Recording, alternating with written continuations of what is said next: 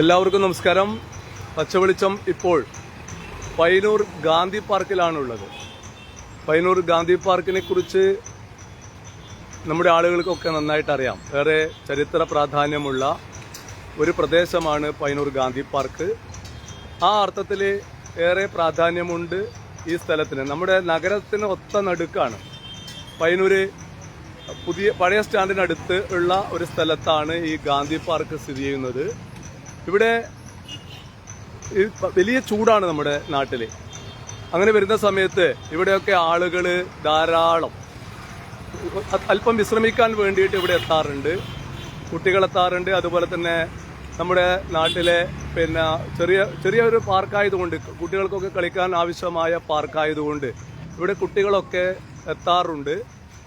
അങ്ങനെയുള്ള ഈ ഒരു ചൂടുകാലത്ത് അല്പം വിശ്രമിക്കാൻ നഗരഹൃദയത്തിൽ ഒരു സ്ഥലം എന്ന രീതിയിലും, അതുപോലെ തന്നെ അത്യാവശ്യം പരിപാടികൾ നടത്താൻ ആവശ്യമായി ഉപയോഗിക്കുന്ന ഒരു ഇടം എന്നുള്ള രീതിയിലും പയ്യന്നൂരിലെ ഗാന്ധി പാർക്കിന് അതീവ പ്രാധാന്യമുണ്ട്. അതുപോലെ തന്നെ ലളിതകല അക്കാദമിയുടെ ഒരു ആർട്ട് ഗാലറി ഇവിടെയുണ്ട്.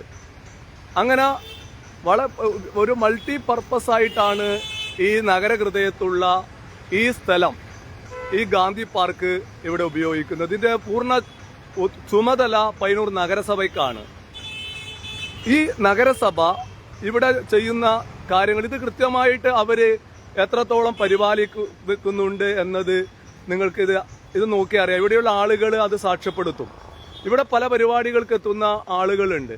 ലളിതകല അക്കാദമിയുടെ ആർട്ട് ഗാലറിയിലെ ഇതൊക്കെ നഗരസഭയുടെ ഒരു ബുദ്ധിയിൽ ഉദിച്ച ഒരു പദ്ധതിയാണ്. നമ്മുടെ കലാകാരന്മാർക്കൊക്കെ ഇത് ഗുണകരമായ ഒരു സംവിധാനവുമാണ്.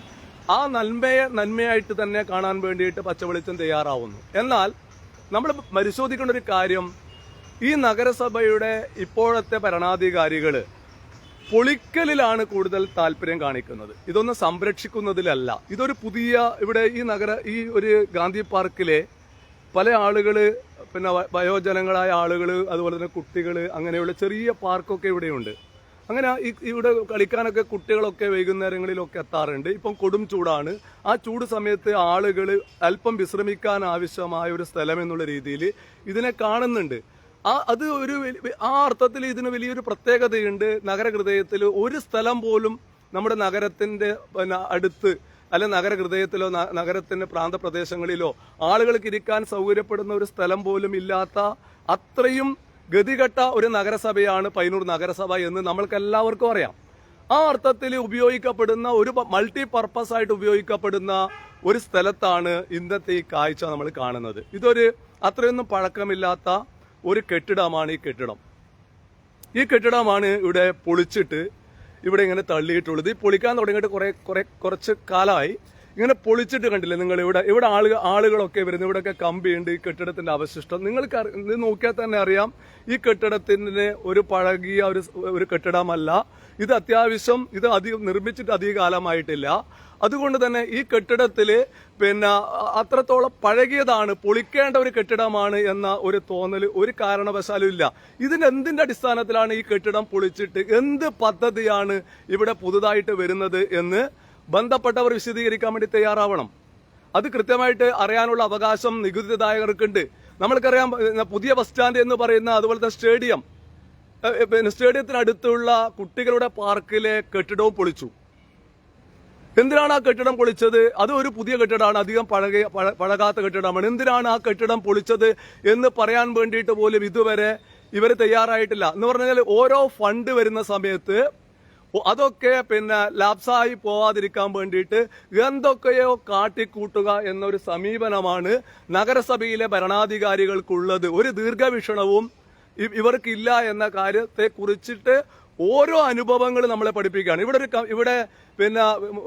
ഒരു ടോയ്ലറ്റ് ഉണ്ട്. ഈ ടോയ്ലറ്റ് എപ്പോഴും പൂട്ടിക്കിടക്കുകയാണ്. ഇവിടെ എന്തെങ്കിലും ഒരു പരിപാടി നടക്കുന്ന സമയത്ത് അതിനെക്കുറിച്ച് പച്ചവെളിച്ചം വാർത്ത നൽകിയിരുന്നു. ഈ ടോയ്ലറ്റ് ഉണ്ട് അപ്പുറത്ത്, അതിന്റെ കാര്യം പോയി. പയ്യന്നൂരിൽ നിർമ്മിച്ചിട്ടുള്ള ഈ ടോയ്ലറ്റിന്റെ നിലവിലെ അവസ്ഥ എന്താണെന്ന് പിന്നെ ഗവേഷണം നടത്തി കണ്ടുപിടിക്കേണ്ടുന്ന ഒരു കാര്യത്തിലേക്കാണ് കാര്യങ്ങൾ പോകുന്നത്.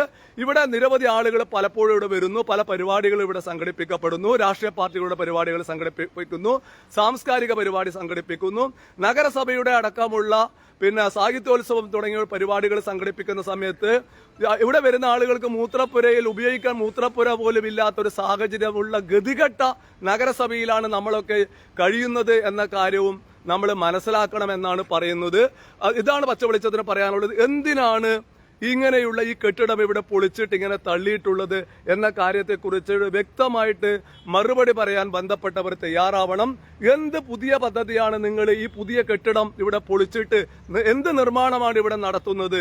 ഈ നഗരസഭ ഒരു പൊളിക്കൽ നഗരസഭയാണോ എന്ന കാര്യത്തിൽ പോലും പിന്നെ നികുതിദായകരായ ജനങ്ങൾക്ക് സംശയമുണ്ട് എന്ന് പറയാനാണ് പച്ചവെളിച്ചം ആഗ്രഹിക്കുന്നത്.